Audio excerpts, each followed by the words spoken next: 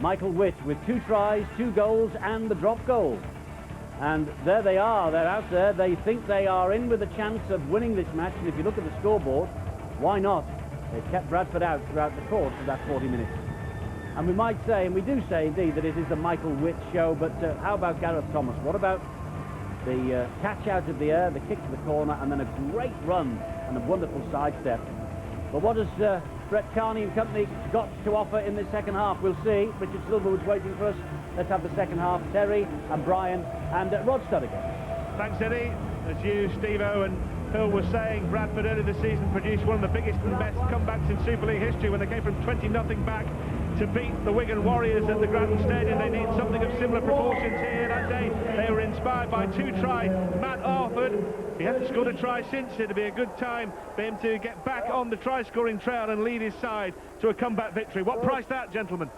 I will bet now, Rod, that them players, when they were stood in that circle, will be saying to each other, let's not pat ourselves on the back for that first 40 minutes. We've got another 40 minutes to go. And we're going to see a Bradford side that's going to come out, and Steve McNamara will want a reaction from his players. Who's going to win this, Brad? Well, you'd say Crusaders are in the box seat, but like I said in the first half, Bradford will have a say in this game. If you're coaching Crusaders, you try and tell them to be as clean as they possibly can. No cheap penalties. Force Bradford to play out of this area, and you'll sap them of energy quickly in this second half. Like a politician there on the general election trail almost answered the question there, Brian. Keep politics out of this, Rod. Good man. A long kick forward by the Bulls, but it's an old cliche, isn't it? But they need to be the next team to score in this match, because if the Crusaders can go 19-0 up, well, surely it will be game, set and match. They did everything pretty much right in the first period, Brian Noble's team. And, well, Brian Noble in the frame and certainly in the bookies list to be the next Bradford coach. Brian McDermott, the Harlequins boss, is the favourite at 2-1, but well, who knows what might happen at the end of the season when Steve McNamara leaves to take over England full-time. And it's amazing that Hull KR last week, when they played against Bradford, they didn't make 1 break. In that first half, Crusaders made 8 breaks.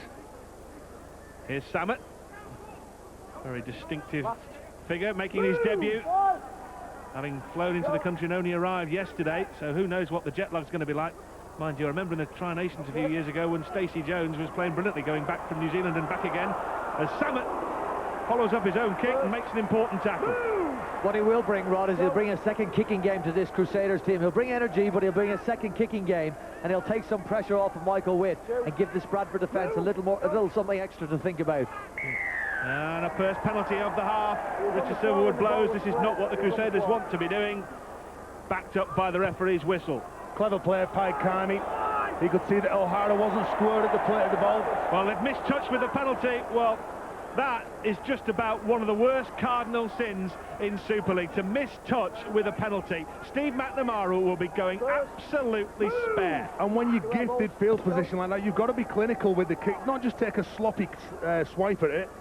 Yeah, what possibly the worst mistake you can make as a Super League player. Just hands possession and position to the Crusaders. He almost knocked it on, didn't he? Ball's out here. And Bradford get away with it. Bradford get away with it because Rhys Hanbury has knocked on, while the Crusaders had a real opportunity to make the Bulls pay for an error of their own, have just made a big mistake, a big blunder. Well, they're very lucky here. You can see Hanbury loses that ball. Was there a grip from, was it Jason Crooks? He's definitely had a hold of that ball. He's had his hand on the ball, but I think Hanbury's got a hold on to it as well. You know, it's interesting, you talk about not making touch on the kick, Rod, and it's something, there's a criticism in rugby league when people don't get big distances off penalty kicks when they're kicking for touch. But that's the reason. The risk in rugby league for not finding touch is so great, having to defend another set of 6, that people do err on the side of caution when they're kicking. Absolutely. Better to get some distance than none at all, isn't it? Well, you just don't want to be defending again after just getting a ball off, you know, getting a penalty awarded to you. And they've had a result there and a contentious decision. The touch judge claimed that Hanbury had knocked on. Video evidence suggested there was a hand in there. It could have gone either way. It went Bradford's way. But on the positive, the Crusaders would have to be fairly happy if this second half turns out into a bitty, scrappy affair with lots of stoppages. They don't want the game to flow. They're quite happy for it to degenerate, really, and they can maintain their 13-0 advantage, given to them by all those points in the first half from Michael Witt. Bradford on the last then, inside Crusaders territory. Well, it's a kick forward from Halley. There's a worry. That David Halley, I mean, Well, that's a worry for the Crusaders, isn't it? Well, they were looking for that man. They were looking for Matt Orford to kick the ball. He wasn't in position, so Halley took it upon himself to... Oh, and now he's made a mistake. He's offloaded the ball and it's gone straight to Rhys Hambury. Well, I think it was Sean McRae, wasn't it, who coined the phrase knock-on-a-thon. This is a mistake-a-thon in the second half so far, isn't it? Well, that's right. Well, I worry where on the fifth tackle that Dave Halley's going into dummy half, looking for somebody to pass the ball, and he's forced to put in a kick. I wouldn't think he'd be recognised as one of their go-to kickers. Coaching is a tough business, but when both teams are making these kind of mistakes, Noble and McNamara must be sat on the sidelines beating their fists in frustration that neither team is doing what they've been told to do in the half-time interval. And we saw pictures of Steve McNamara. He wasn't quite prodding his fingers in people's chests, but there was a lot of finger wagging going on in that Bradford changing room at half-time. It was animated and it was quite aggressive from the Bradford coach. Well, the game is won and lost at the ruck. If you play the ball quicker than your opposition and you manage to... Oh, is this a penalty? No, it's play on. If you manage to play the ball quicker than your opposition, you go at a retreating defence, and both of these sides have got very good attacking hookers. There you can see, no, it was a 9.9 for the dive, says Richard Silverwood. Well, Sama is possibly, I think he is, the lightest player now in Super League. He weighs in at just 12 stone. It was high, wasn't it? I think it had been a penalty in the NRL in Australia, where that has been completely cleaned out of the game totally by the referees and the disciplinary. Over here we appear to adhere to a different set of rules, but maybe a discussion at a later date. Well, your 12-stone players just landed Andy Lynch on his rear end. Last tackle for Bradford. They've created nothing so far in the second half. Sykes has kicked that so far long. That is the epitome, the dictionary definition of a nothing kick, and the Crusaders will get a 20-metre restart. And I think that sums it up, doesn't it, there? Every time they get down, they get a chance. They haven't come up with anything near what this team is capable of on a last tackle play. If you get anywhere down and make it a challenge, put the ball up so at least you can challenge for that ball. Well, Steve-O made the point at half-time, didn't he, that Paul Sykes has not cut it at standoff today with Carney playing fullback. Bradford have shuffled the fullback position around this season with Halley's played there, Platt's played there, Carney's played there. It's been chopping and changing, and well, McNamara obviously feels this is his best option, but you'd want to see Carney nearer the ball and nearer the string pulling, wouldn't you? I think so, and I'd love to see Dave Halley return the ball. I think he returns it very, very strongly. He charges. If you kick it straight down the throat, you know he's going to run it back hard at you. But let's be fair, they beat Hull KR last week by 40 points to 4. Yeah, they've had a terrific run. You can't fault their recent results, can you? Unbeaten in 6, 5 wins and a draw. It would have been 6 wins, wouldn't it, if Leeds hadn't come back from the dead at Headingley Carnegie over Easter to snatch a point against the Bulls. And they've scored 126 points in the last 3 weeks. And I know one of the matches was a cup game against Dewsbury, but nevertheless, it's a lot of points to put on the board. I can't really criticise their attack too much over the past few weeks, but today, not a point on the board for Bradford. Crusaders 13-0. Let's hear from Bill Arthur. Bill. We've just wondered whether Heath Lestrange would come back out in the second half after that big knock he took in the first half. Was down for a while. Well, the word from the Bulls bench is that he is okay, although he's still sitting on the sidelines. He's wearing his tracksuit top, and as I speak, he's up on his feet for possibly a bit of a warm-up, but they do say that he is going to be coming back. Meanwhile, for the Crusaders, I think there's a problem for Nick Youngquest. He's moving very gingerly on this Crusaders left wing. He took a knock a while ago and doesn't look comfortable out there. Yeah, we can see him on the near side, Bill. Yeah, good spot. Youngquest is limping very gingerly. Bradford from another penalty.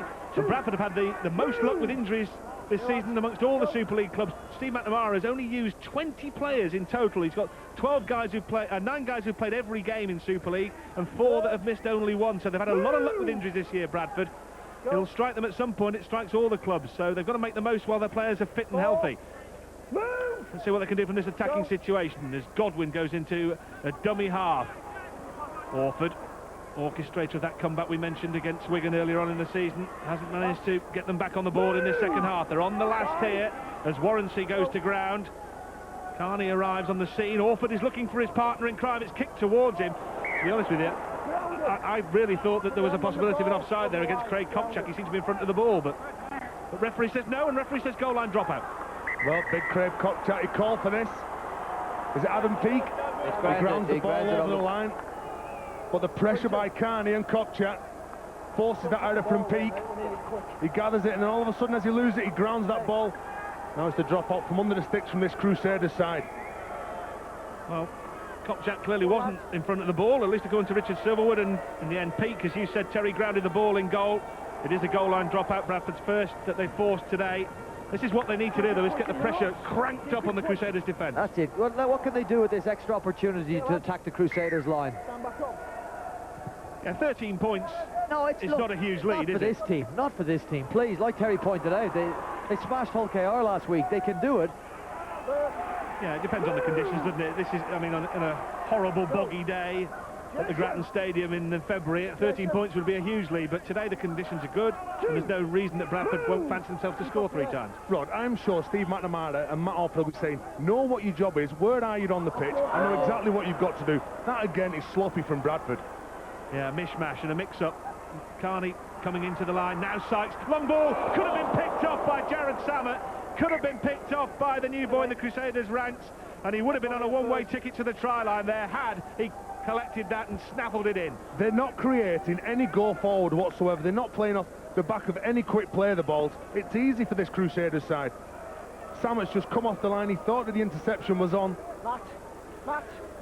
Arrived from Penrith on a 2.5-year deal, and well, he read that absolutely perfectly, and had he collected it, I don't think they'd have caught it. Going back to Bradford's attack breaking down the previous, far be it from me to criticise a player of Matt Orford's calibre, but I think he's generally regarded as being a far better halfback when he either runs the ball or plays it short, grabbing it cross field. That's when he's at his very best. When he tries to bring out the long passing game, I'm not sure it works as well for him. Again, I'll be in deference to a player of Matt Orford's standard. But to be fair to Matt Orford, he needs his forwards going forward, and he needs to play off the back of that. He won the Dally M Award in 2008, didn't he, as the best player in the NRL, which pretty much makes him the best player in the world in 2008. So he really has to stand up here and direct Bradford and dictate terms here. Bradford are looking to him, aren't they? Or maybe the other 12 are all looking at Orford and saying, you know, get us out of trouble, and aren't doing their job effectively. Well, if they are, and I don't know if they are, Rob, but if they are, that's a poor way to play the game, and I think Bradford are better than that. You'd hope so, wouldn't you? A team that's won so many trophies, and back in the year 2000 they won the Challenge Cup here when they beat Leeds. Man, that's a long time ago, a decade in rugby league, and now they've conceded another penalty. They cannot afford to do that. The whistle blows the Crusaders. Well, that sound of the whistle will be like music to their ears, because it just runs down the clock and gives them possession and position. Well, it was just a grapple tackle from Crooks on Youngquest. Slammed his head into the ground. Youngquest trying to run off this injury that Bill was talking about earlier. He's playing for Gateshead this time last year. It doesn't look the best at the moment, though, Nick Youngquest. He's hobbling around, and I'm sure Brian Noble, John Sharp and the rest of the coaching staff are monitoring that situation. But here come the Welshmen once more. In fact, there's only 3 players from the UK in there, 17 today, in fairness. Here's Withers, and Witt, the architect-in-chief of all their good work today. Chan forcing his way towards the try line. If they score again here, you'd have to say it's very long odds against Bradford getting back into this game, because 3 scores is going to be too much for Bradford. Ryan O'Hara, the captain of the Crusaders, to within, 5 metres of the try line.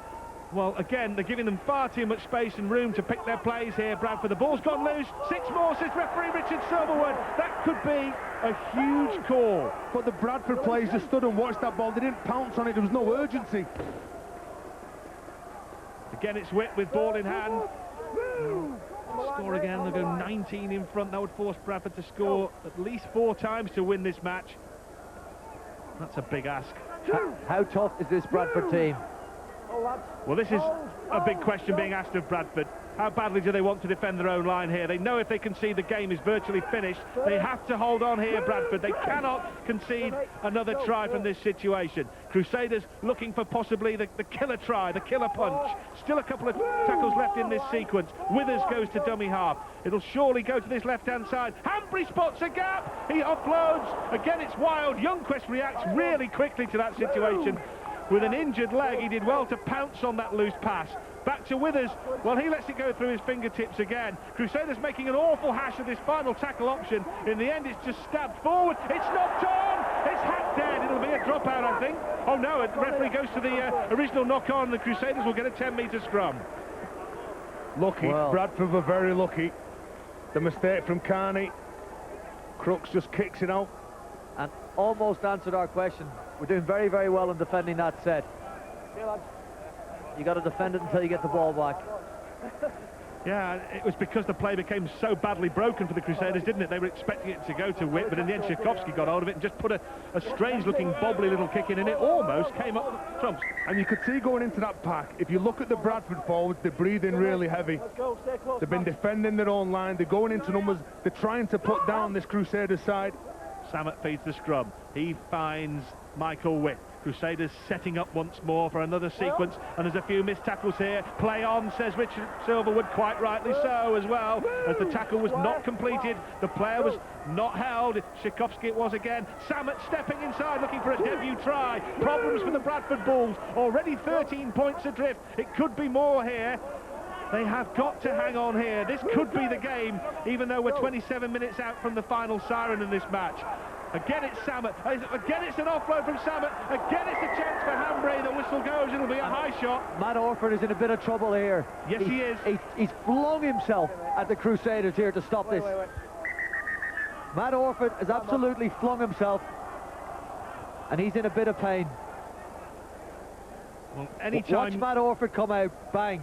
Yeah, anytime you see something like that as a Bradford fan or the Bradford coach, you're thinking not only of this game, Brian, aren't you? You're thinking, what damage has he done there? What could happen? How bad could the problem be? Well, that's right. Well, I mean, I think the players immediately will be just thinking about this game. They don't want to see their main playmaker down on the field, but he's a tough character. If there's any chance of him continue, you can be sure he'll be popped straight back up onto those short legs and get ready to go again.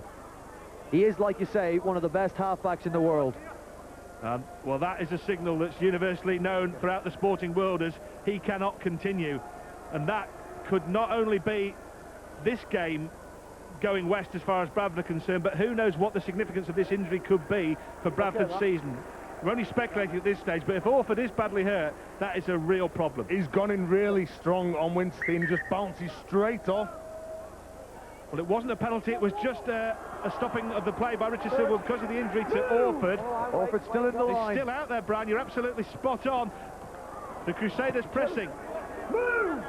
Still tackles in the bank here for the Crusaders, the men from the racecourse ground in Wrexham. Orford is still out there. He's got no left arm. Well, he's got a left arm, but he can't use it. Yes, it hasn't been amputated as an emergency measure, Brian. It's still, but I know what you mean. He can only tackle with his right arm, which it would have been a great physio if he could have done that. They'll be calling him Admiral Nelson next.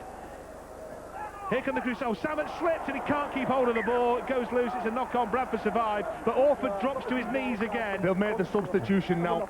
I wonder, was that the Crusaders rushing to get at Matt Orford? Yes, I think you're right, Brian. You know, yeah. You get blinded a bit by things sometimes. People are saying, here, he's in front of me, get me the ball. Orford's here.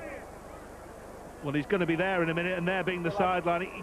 Well, again, we've mentioned this too brave for their own good situation. I mean, it can't come off at a scrum. As soon as this scrum is played and it's gone off, the substitution will be made. Yeah. I mean, the bloke, he'll struggle to feed this scrum. Well, surely he can come off whenever he likes, can't he? No, this scrum now, he'll come off. It's Lestrange and Donaldson that's going back on. Well, the penalty's been given. Bradford needed this. Bradford really do need this. Now, what about the reorganisation here? They've lost their main man, their string puller, their orchestrator. What do they do now? Do they put Carney in there? Do they put Sykes in there? What do they do? Well, you're going to have somebody like Sykes is going to have to step up. I mean, I don't think he's a natural organiser in the game. I mean, he's a big loss. He's a massive loss, Orford. And if Wayne Godwin's been pulled off the field as well. Well, last Friday I was at the DW Stadium in Wigan, where I saw one of the most remarkable fight-backs I think I've ever seen in any sport, when the Harlequins came from 18 back to beat the Wigan Warriors. This would be as remarkable if Bradford can pull it off from here. Well, yes, but they might just have to simplify their play. This is it. Short plays, get some dummy half runs in there, punch in close to the ruck, and rely on a good kick from Paul Sykes towards the end of the tackle. And that's exactly what they've done the first 10 minutes when they made 2 breaks down the left-hand side. But what can they create without Orford? I tell you what, they can create something here. Here's half a chance being made by Lestrange, who's performed miracles to come back onto the field after suffering a real bang to the head in the opening minutes of this match. Menzies is another big name player who needs to produce in these final 24 minutes or so. Last tackle for Bradford then. It's Sykes who'll kick. That's a better one, or is it just going to be too deep? It's too deep, because one of the Bradford players was blocked off, or he felt he was blocked off, but Thomas just gathered that in comfortably. Was it Vince Mellors who escorted the Bradford player off the ball? Yeah, I think I think... Here it is. Hold, lads. Hold. Yeah, Chris Nero felt he was impeded. Richard Silverwood wasn't interested. And Chris Nero, the player penalised for a similar offence in the first half. Go. With the loss of Orford, Rod, what it will do is, I think, if they have been looking around for Orford to do stuff, they'll soon realise now that that's not going to happen. And somebody else has got to stand up, haven't they, Brian? Well, I think they all have to, Terry, if they're going to get back into this game. Well, Carney is still at full back. And he'll collect this kick here as the Crusaders will play, I would feel now, a pretty conservative game plan. They'll just run out sets of 6 and keep putting Bradford back on their try line. They know Bradford has got to score at least 3 times. They know they're missing their star turn. They'll feel pretty good about themselves, the Crusaders. They just need to make sure they don't get too far ahead of themselves. I'm sure Brian Noble is saying, don't disrespect the opposition. There's still plenty of class in this Bradford side. People are strange pointing. You can see the side is starting to be a bit rattled. The speed of the line from Crusaders. Again, a lot of pointing with Lincoln Withers. Easier trap to fall into, though, Terry, isn't it, to think that they've already got the job done with Orford going off. I would be a fan of protecting a lead from here. 22 minutes to go. I don't think Crusaders will play to protect the lead. Run 10, he's run 10. You play exactly the same as what got you into this position in the first place. Don't change anything. Little chip ahead. Carney's onto this for Bradford. Now one of the options here. There's absolutely nobody with him at all. No support at all from Carney. He kicks in goal. And they've got a result out of it. That was very, very lucky. That was very lucky. You could see that Carney, he pounced on that ball. There's nobody in support. Everybody's staying back. Good play by Carney. He's looking up. Who's with him on the left-hand side? Nobody whatsoever. Well, they're going to check the restart here. Gareth Thomas should have run this dead in goal. He should have gone in goal. Now, he takes the flag out. Video referee is Stuart Cummings. And he'll give the judgment to Mr. Summit. It is a drop-out. Under the sticks, it'll be. He took the flag out, didn't he, before he got into touch? But this has summed up Bradford for me today.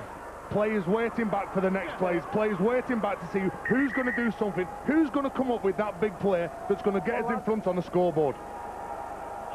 Yeah, he took the corner flag out, so that's why it's a goal line drop and it's touching goal. But just going back to your point, Terry, yeah, I mean, when the break was made, you would expect to have seen half a dozen white shirts flooding through in support saying, give it to me, I'll score the try here. But there was nobody. Well, look at Crusaders. Every time they go forward, they've got support inside and out.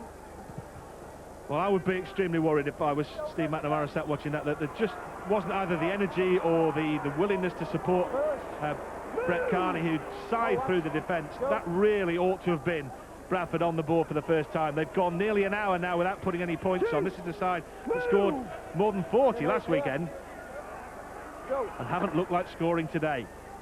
Lestrange, Sykes stepping inside but running into a wall of red shirts. Well, probably not giving Crusaders credit for the defenders that they pull back into the play as well. That's something worth considering.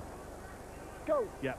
Well, we've seen Huddersfield nil 3 teams this season. Remarkable Super League record. It is a Super League record to do that 3 times in a season. Crusaders looking to get the first clean sheet. And that will be a wonderful achievement. But here come Bradford. Knock on. Another handling error. Bang in front of the Crusaders' sticks. High fives, applause all round from the men in red. And Sykes just not anticipating that offload from Heath Lestrange. There's not so much movement from Bradford this afternoon. Both sides, we need to cut the penalties out, okay? Both sides. The hour will shortly be upon us in this game, and Bradford have got 20 minutes to save this game and save their 6-match unbeaten run. They started the game in 5th place. The Crusaders started it down in 11th, but the Crusaders will be up to 10 points if they win this game and breathing down the necks of champions Leeds. They were only 4 points off the top 8 going into this game. So if they can get the 2 points, that'll give a massive lift to Brian Noble and his Crusaders side. Well, this could be the lowest scoring game in the history of the Magic Weekend as well. The lowest to date back in 2007, the Hull Derby, Hull 10, Hull KR 14, so 24 points there. We've only got 13 on the board so far, and with 20 minutes left, you have to say probably odds on that we see the lowest scoring game in the history of the Magic Weekend, as Bradford are pinned right back on their line again. And there's still Bradford players trotting back 20 yards from this play of the ball. Still trying to retreat, get behind the ball. It's a tough job being a Bradford forward in today's game. Well, they look like they'd turned the corner, Bradford. They'd made an in-and-out start to the season, but in the last few weeks, they'd started to look quite impressive, hadn't they, with that good win you've mentioned against Hull KR, Terry. And that draw at Leeds, it's starting to look something like, but this is definitely a couple of steps back as far as the Bulls are concerned. They look absolutely sapped of energy. You know, they've got a player out in that field who's got the ball in his hands now, and You've just we haven't put the mockers on him. No, he's produced one of the best kicks in the history of Super League, Brian. He got it on his end to bounce back to Ricky Sharif, Steve Menzies there. It may pay huge dividends. Thomas is going around in circles. He's got his whereabouts and his bearings and knocked on. He's lost the ball. Well, what on earth? How Let me did go. that happen? Stop and let me go back to my point, please. That was going to be a great play by Steve Menzies. You can pick up on it now, Brian. You've got a player out on that field there that has all the experience in the world. He's a man that can step up for this Bradford team. He's got a lucky result off 2 kicks here. Gareth Thomas being deemed to have knocked the ball on here and regathering. Now this is a wonderful opportunity for this Bradford team. Well, we'll let you speak to Steve Menzies afterwards, Brian, and ask just how he managed to get that ball to bounce backwards 10 yards on its end. Practice. But I tell you what, on a serious note, this is a vital passage of play, a vital scrum here, isn't it? Let's watch Menzies kick. This then bounces backwards over, well, about 8 yards, straight to Sharif, and they got the benefit from it when Thomas knocked on in amongst all the confusion. And that was a set play as well. That was a set play by Menzies. And Bradford looking to Menzies now to create something. They don't necessarily have to score here. Well, they're not going to score here, are they? It's another dreadful knock-on from Kopchak. Well, simple, basic errors, and we're witnessing the unravelling of the Bradford Bulls out there in the moment. Everything is falling apart. Everything that can go wrong is going wrong for Bradford. It is and it isn't. You see that kick, they get some breaks in this game as well. And they've had some opportunities but they down just here. haven't taken advantage of the breaks they've had, no, have they? They haven't. You're right. I agree. They haven't taken... You can't say the whole thing has gone against them in this game. It's not like they've been whistled off the field and that they've dropped absolutely every single ball. They've had some lucky breaks. They haven't been able to capitalise on them. Yeah. Well, Bill Arthur will be talking to Brian Noble and Steve McNamara afterwards, and, well, Steve McNamara is going to have to be very diplomatic with what he says about his team's performance out there tonight. Good defence. Haven't seen a point in the second half so far. Celtic Crusaders more than happy with that. Jamie Thackeray. Holland leads forward, taking the ball forward a couple of vital, crucial yards. I don't think we'll see too much that's flashy here for the Crusaders. This is a little bit expansive, though, inside their own 20-metre line, sorry. That's what they've had all game, a lot of movement with the ball. With us. Just look to get to the end of the sequence of 6, and they are there now, and Richard Silverwood says this is the last 40 metres from their own line. That's pretty good, well, good enough. They'll get it back here into Michael Witt's hands, but he's under a lot of pressure there. Good pressure. Craig Kopchak, yeah, making amends for the error that he just made at the other end, yeah, and it could be a crucial piece of pressure on the kicker. But a better defensive set by this Bradford side. Only 26 metres that Crusaders managed to make going forward then. Running out of time, though, aren't they, Terry? To be honest, there's 17 minutes left. They've got to score 3 times. They haven't scored any of the first 63 minutes. Can they possibly score 3 tries in the final 17? And Carney trying to do something about it. The run like that from Scruton make big inroads into the opposition. Play off the back of it. Well, Carney's down hurt now as well. That's all they need, having already lost Matt Orford. That was a potential defence-splitting pass from Paul Sykes, which was knocked on by young Elliot Whitehead. He was through the gap there. Had he held on to that, it's a great ball by Sykes, a great line from Whitehead. He couldn't hold on to the ball. He's done everything right. He's got outside of Mellors. The pass from Sykes. Well, there's a lot of young guys in this Bradford side, a lot of young English guys too. Whitehead just 20, James Donaldson, who started alongside him in the second row, just 18 as well. Let's get the crucial news about the injury to Matt Orford from Bill Arthur. Bill, what news? It's not getting any better for the Bulls because the verdict is that Matt Orford is highly unlikely to come back on. He's just emerged from the dressing room with the club doctor after an examination. Now, the fear was that it would be a dislocated shoulder. It's not that, but it is a badly bruised shoulder, and he's sitting on the sidelines, the shoulder heavily iced. And as they say, he's not very likely to go back on. But the good news, if there is any good news that can be taken from this situation, is that it's not likely to be a long-term problem. Yeah, well, he's back on the bench, isn't he? And that's the key thing. Had he been disappearing down to hospital for a scan, it would be a different problem. And they do have a break from Super League next week, where they play Lee in the Challenge Cup, and there may have been a possibility that Steve McNamara would like to rotate his squad for that game anyway. But so they do have a little bit of a break to get Orford fit for the next Super League match. Crusaders Also in cup action next weekend against the Catalan Dragons, but let's see what they can produce here. Are they about to get their first win at Magic Weekend? The Celtic Crusaders last year were beaten comfortably by Huddersfield. Are they going to get their 5th win of Super League 15? It looks long odds on at the moment as Samet kicks high. It's a spiralling bomb. It's brilliantly collected. It's brilliantly collected by Brett Carney, who really has come to the party since Matt Orford's left the field, to be fair. He has stood up there and tried to get his side out of this hole. Showed fantastic composure, just focused straight on that ball. Somebody's going to have to play the ball quick for this Bradford team. Somebody's going to have to find their front. Get up, play it quick. You'd have to say, though, Brian, wouldn't you, that the Celtic Crusaders are going to have to make some pretty big mistakes, because as long as they can keep running out sets of 6 and kicking Bradford back to within 20 metres of their own line, can Bradford possibly come from deep 3 times? No, you wouldn't think so on the evidence so far. So they're going to be reliant on penalties or mistakes by the Crusaders, aren't they, surely? And the Crusaders keep their nose clean here. They'll pick up the 2 competition points. Well, you might get penalties. You start playing this ball quicker, Rod, and you'll see how many penalties come. Let's see what happens from Sykes' kick towards Ricky Sharif, the man in form with 5 tries in 2 games. He'll do well to get out that tackle. He can't. It's the turnover.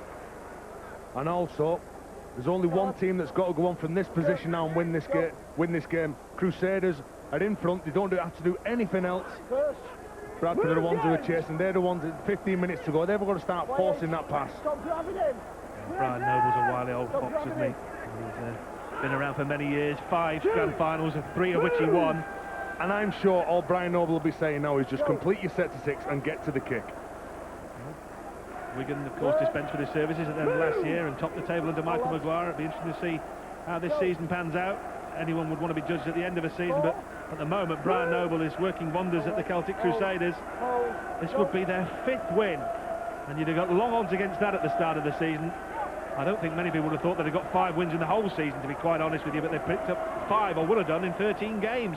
A little kick ahead from Hambry while it bounces all over the place and is collected by Bradford in the end, but oh, now that's going to be a penalty, isn't it? That is a penalty. Yep. That's the mistake you were talking about, Brian. Now they will be put under pressure here because Bradford will start up here, maybe 20-30 metres from the line. Absolutely, it's what they need, but I don't know if they're good enough today to do anything with this ball. That's the problem. They've had the possession. They're in a good position now, attacking on the 40. What can they come up with? Yeah, conservative kick to touch, bearing in mind they did miss touch from a penalty, Paul Sykes, earlier in the match, and didn't want to bite off more than he can chew there, so they start out further from the line than maybe they ought to have done. 13 minutes left. Lestrange in dummy half. He took that bad knock early on, but he's still out there. It's a loose pass. Could be picked up by anybody. Bradford do get hold of it. Cook gets hold of it in the end. How many times has the pass gone to ground in this second half? 4. Play on. Play on is the call. Has he bounced this? Well, Richard Silverwood wasn't in a position to see, quite understandably. Has that ball been grounded correctly? Is it a try? Are Bradford back in business? Well, it's a one-on-one steal, so that's play on. It squirmed out the tackle. Mellors was the man who had it. He pulled it out. It will be play on, surely, as Brett Carney picks up the football. And now with... Does he ground this ball? With room running out. As he goes into touch. Yeah. Did he get the ball down? Yes, he Was did. there contact between hand, ball and ground simultaneously?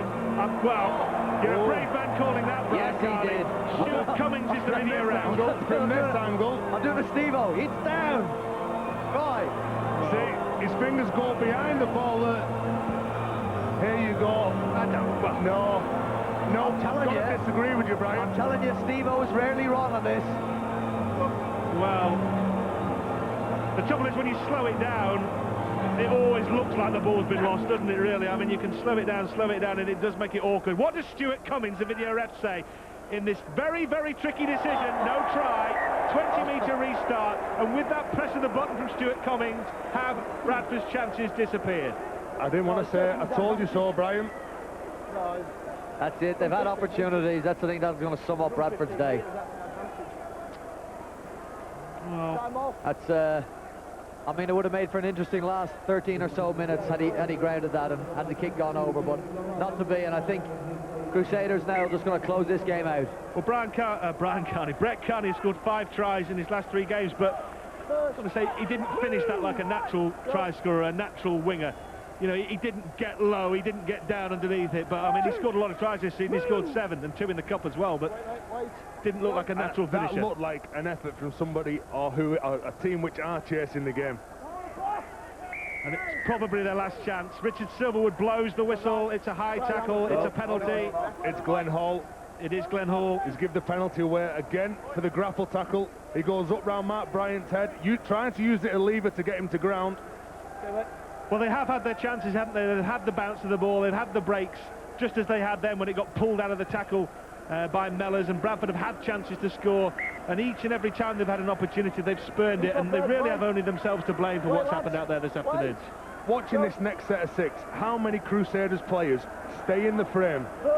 And what I mean by that is how many players are in support, supporting the ball carrier. Even in defence, how many players are in the frame? They're working as a unit. Yeah, everyone wants the ball when you're 13-0 up, Terry, don't they? Everyone wants a piece of the action now. They know if they score again, the game's finished.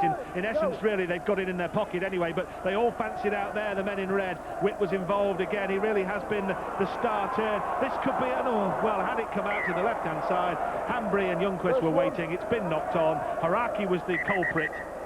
Well, let's be fair to Crusaders. I think from the opening, after the opening first 5 minutes, they've all wanted the ball. Bring it back here. 2 knock-ons, wasn't it? 2 knock-ons, one either way, so Bradford will get the scrum down. But they're a long, long way from where they want to be. They're 89 metres away from the Crusaders' try line. They're 13 points away from the Crusaders on the scoreboard. And this is going to be the first big upset of the weekend. Who knows if it'll be the last? There's some big favourites today. Warrington against Salford. Leeds against Wakefield. Hull start favourite against Harlequins. That's our next game coming up next. Hull against the Harlequins. Oh, lads, go. Stay with us here on Sky Sports for all the action from Murrayfield, and 3 games to follow tomorrow. 2, move. Oh, go. Well, Bradford are going to have to take chances here, aren't they? They're going to have to start spreading the ball around. They're going to have to throw some speculators out here. Warrancy drives it down the middle. They're going to need more than that now, aren't they? They're lapping it up, aren't they? They've made the trip down from Wrexham. Enjoying the action. Who can blame them? 2 tackles left then here for Bradford as we move into the final 10 minutes, or we'll do in about 15 seconds time. Lynch offloads, it's a wild one, picked up by Carney. He's being pursued. He's knocked down, although he gets the ball away to Chris Nero. The dancing feet of Nero get away from a couple of challenges. Is anyone there, though? Dave Halley comes in support, but too late. And the final tackle is called by Richard Silverwood.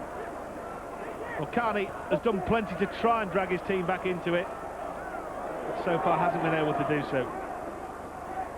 A lot of the players have from this Bradford side, but at the end of the day, this Crusaders side have been very professional in 70 minutes of rugby. Can they finish the game off with a big 10 minutes? 2, move. Had some big wins already. They had a big win over Hull in the season, but this I would think would be the one that's the real feather in their cap, knocking off a Bradford team that hasn't lost in 6 games. Yeah, and the Bradford team coming off a great win last weekend. Brian Noble up against his former team. I think this will be a special win. And like I say, so far in this game, I know we've got about 9 minutes left, but the fact that they've kept Bradford scoreless is what will give Brian Noble, I think, the most pleasure. Yeah, this will be his 6th win over Bradford since leaving for pastures new at Wigan in 2006. In 9 attempts, that's a pretty fair record. Knock on here from Salmon. Oh, no, it's not! Brilliant hands! He managed to juggle and then collect and then kick ahead. This will be a sensational try! It is a sensational try! Jared Salmon! Well, they'll call him Jared the Juggler after that. He's won the game for the Crusaders with a sublime piece of skill on his debut. Well, he must have flown over business class. If he's only landed on Wednesday and produced that, they've had him in the best seat on the plane. That's a tremendous, a ball out the back, he's collected an offload, little chip, regather. That's a fantastic score from Jared Salmon. Well, it was absolutely unbelievable from the man with the moustache. What a way to mark his debut. The little chip ahead, it looked like a knock-on, but he never gave up on it, did he, Terry? I'm not sure the moustache or the hairstyle will catch on in Super League, but Jared Salmon, he plays with his instincts. Look at this for a piece of skill. He never gives up. He never gives up. Since his introduction, he's come onto the park. He has lifted this Crusaders side. Flooding forward, taps it forward, regathers, gets a nice little kick over the top. He's still challenging, puts pressure on Sykes, gathers that ball and goes in for the try. He's straight into the badge. He loves it, doesn't he? He only arrived in the country yesterday. As I mentioned, Stacey Jones kept flying back and forth from New Zealand, the Tri-Nations a few years back, and doctors say that if you come straight off a plane, the jet lag hasn't kicked in, and it hasn't kicked in here. Sammett's been brilliant. Michael Witt lining up a conversion, which will take him through the 100-point barrier for the season as well. He's got 13 today before this. He's now got 15. Well, it's a great day for Witt. Bradford at their wits' end, and this game almost at its end as well. Crusaders have been absolutely fantastic in defence and attack in this game. They've been bossed by Michael Witt, and that man in your picture, Jared Sammett. He has been absolutely exceptional. Jared the juggler and his moustache have got the job done there. That's the killer blow. That's game, set, match as far as the Crusaders are concerned. I'm not sure if that moustache might not catch on to me. I'm not sure about it. I think you look quite... I'm actually not sure if that's a fake moustache or not. I'm not sure about that short kick-off. Well, 7 minutes left. Desperate times call for desperate measures, Brando. I mean, the game is not really reality. Realistically, they need the ball back, Brian. I wasn't necessarily talking about the decision to go for a short kick, or the execution of it. Well, this has been a day when Bradford will just want to consign to the dustbin of history double quick. Knock on by Thackeray, Bradford to get the ball back, but this game is effectively over. The Crusaders, who came here as 14-point underdogs, lead by 19. 19-0. What a day for Brian Noble and his team. Let's give some credit to Lincoln Withers. His defensive efforts in this game, getting off the line, putting pressure on the Bradford forwards, not letting them lay the platform. Yeah, terrific performances from the Crusaders. While they have done almost everything right, Bradford have done almost everything wrong, haven't they? And sometimes you look for excuses when a team like Bradford you think is going to come here and get the result as they make the mistake. Let's credit the Crusaders. Yeah, I mean, it's been a really all-round top-class performance. They got that opening try when Gareth Thomas made the break and Witt scored, and have dominated ever since. The two injuries. When you review this game, Rod, and you look back, did you ever feel the Crusaders were under threat? You know, they're playing against a quality side here in Bradford, but you didn't really feel they were under threat in this game. Apart from the first 5 minutes when they broke twice, and that was probably the only time in this game that they've really looked in trouble. And since then, they have looked comfortable in this game. Absolutely, yeah, as Terry rightly says, the first sort of 5 to 10 minutes, Bradford had a bit of pressure, didn't they? But from the moment Witt scored the opening try in 23 minutes, there hasn't been a sniff that Bradford were going to get back into this game, and it's just been a question of not who, but how many ever since, and the answer at the moment is 19-0 in favour of the Crusaders. Well, Crusaders in the first half had a 20-minute spell where they put Bradford under all kinds of pressure, and since then Bradford have not recovered. Jamie Thackeray rampaging down the right, offload by Mellors, well, fumble by Thomas. I think the pass initially from Mellors might have been forward, but they can afford to put on a few party pieces now and try and entertain the crowd. They know they've got the game in the bag. Well, they're 19 points in front. There's no way they're going to lose this game. You can do it like 19-0 up, can't you? You can have a bit of... Yeah, play with a bit of flair, play with a bit of style. Try and score some more points. They're not going to lose this game now. Yeah, mate. Michael. Close, mate. Stand back on. Out. 19-0 will be the Crusaders' 5th win of this Super League season, and it will be their biggest win of the season if they can score again, because they beat Salford 36-16 when Vince Mellors got that hat-trick, so a 20-point winning margin.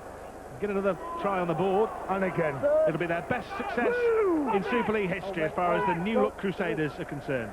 Well at Haraki, look at them getting off the line. There's still a lot of sting in these tackles from Crusaders.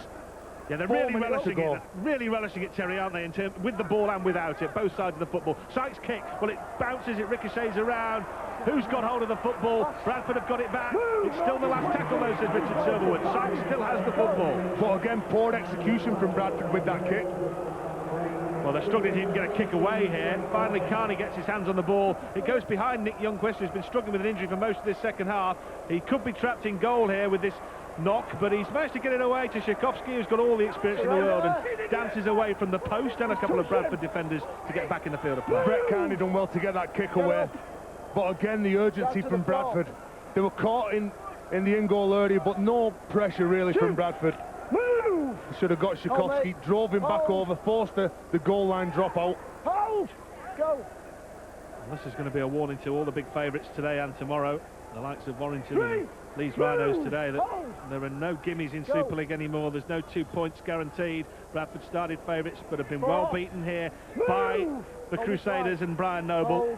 One tackle left. They're playing a very conservative game plan here inside their own 20, but who can blame them? Well, now there's the offloads. Now what can they produce here? Thackeray with his socks rolled down round his ankles, driving the ball forward to within 20 metres of the halfway line. Last tackle, says Richard Silverwood. Withers at dummy half. The ball will go into the hands of the main man, Michael Witt. He'll just get the ball straight down the middle. He'll look to split Sharif and Carney.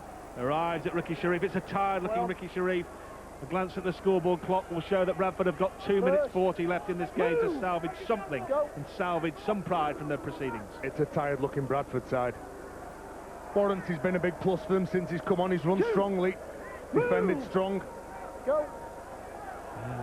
And the loss of Orford as well, let's stress that, to a shoulder problem, left the fray in the second half. Be interesting to see what the diagnosis is from the Bulls medical team either today or tomorrow or next week, how serious that injury could be to their main man. That will be the big story that comes out of this game. Be interesting to hear Steve McNamara post-game here. Can he take any positives out of this at all? Well, what he could have done had Sharif gathered that. No, I mean, even if they had scored there, Rod, I think... Oh, here we go. Here goes Samet again. He's got men inside him. A little kick once more towards Withers. Oh, it didn't bounce kindly for Lincoln Withers, who produced a lung-bursting run to get on the end of Samet's break. Samet having a wow of a game, having just come off an aeroplane to play in this game. The skill, the confidence going through Crusaders' side. They are a real threat in this Super League. I'll tell you what, he's going to be a real cult figure in the competition, isn't he, Jared Samet? Just for the way he looks with the hair and the moustache and the way he's playing the game with all the flair and flamboyance. Everybody loves to see. How much confidence will they get from this result? Say that if they get after this game today, they'll be only 2 points off the top 8. Can they make the top 8? Well, if they keep on picking up a couple of wins, they can, Rod. Well, that would be one of the most remarkable stories in the history of Super League if this team that was put together at the last minute makes the top 8. It really would. I'll say it again. Judge this team on their off-the-field efforts. That is a quality group of players they've got together here. As this season goes on, they have more and more time together. The big test for Crusaders is going to be off the field. Well, they've got an average gate of almost 7,000, Brown, which is a pretty good base to work from, isn't it? Well, yeah, well, they're 4,000 last week, I believe. Yeah. Obviously, it's come down from the opening night against Leeds. But I tell you what, this is going to put a few on the gate the next home game, isn't it? Well, we'll see. We'll see. I mean, I say judge them on the off-field. Okay. Ball in. Turn back on. Jared Samet's hairstyle was a little bit more fashionable than some of those gentlemen over in the crowd. Was that a man? I'm not sure, Terry. Never. Well, this game is in its final 40 seconds as the Crusaders look to put a little bit of icing on the cake here, maybe a fourth try. 19-0's good enough though, isn't it, as far as they're concerned. 15 points from Michael Witt by 2 tries, 3 goals and a drop goal, and that brilliant try from Jared Samet, the final try that we've seen so far. It's been a sensational effort from the Welshman.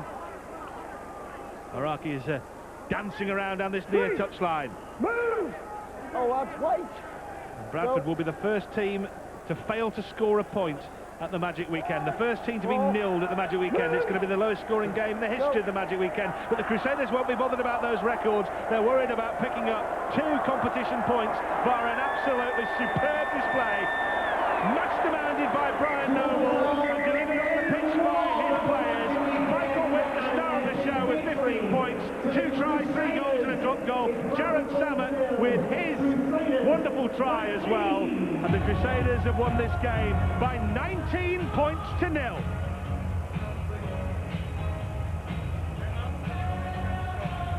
It's going to be a win that'll put them within a couple of points of the playoff places as well. It's their 5th win of the season. Gareth Thomas had a great day, set up that first try for Michael Witt.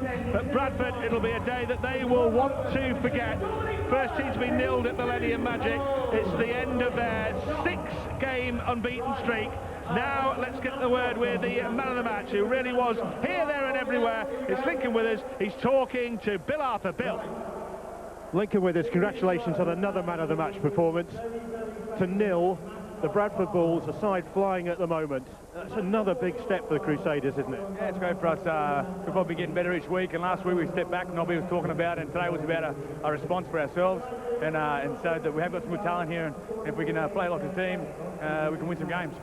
apart from the first 10 minutes when the Bulls really came out strong, you were just about in control of that game, weren't you? Yeah, it was about just enthusiasm and just talking and getting a response from each other. I think we did that second half, and keeping nil is great for the team and great for Nobby for John Sharp's Man of the match performance, Lincoln. A bottle of champagne, £100 for charity as well. Where would you like that to go? To Wrexham Children's Hospital again. They're a good charity. So. Thanks a lot. Well done. It's not bad to get off a plane, is it? Into the training session, into the action. What do you make of Jared's? They said he was something special, and he showed today that he'll fit into our team great. So it's going to be exciting to have him. Jared Summit, welcome to Edinburgh. Can you quite work out where you are after the journey you've had? To be honest, I just got on the plane, had a few dilemmas. Suiting up the plane, straight to training, and then back on the bus. So haven't really had time to, get my bearings and have a good snooze. But I think I'll sleep well tonight. Well, you must have enjoyed that, just to get out on the pitch after 24 hours in Bangkok, back on the plane, to be running around in Edinburgh and scoring a try. Yeah, it's good to get back on the paddock. I don't think I've played a game of footy for about 7 months. So it feels good to be back at on the field and running around. But definitely good to, first game, get a win and get a meat pie. So it's gonna settle well on the bus trip back home. Well, enjoy the sleep when you get some. Yeah, cheers guys, thanks. Well, I think Rod said in commentary, he's the Jack Sparrow of the Super League, Jared Samet, and he was very quick to kiss the badge, wasn't he, when he went over for his try. But what a performance from the Crusaders. They've beaten the Bradford Bulls by 19 points to 0.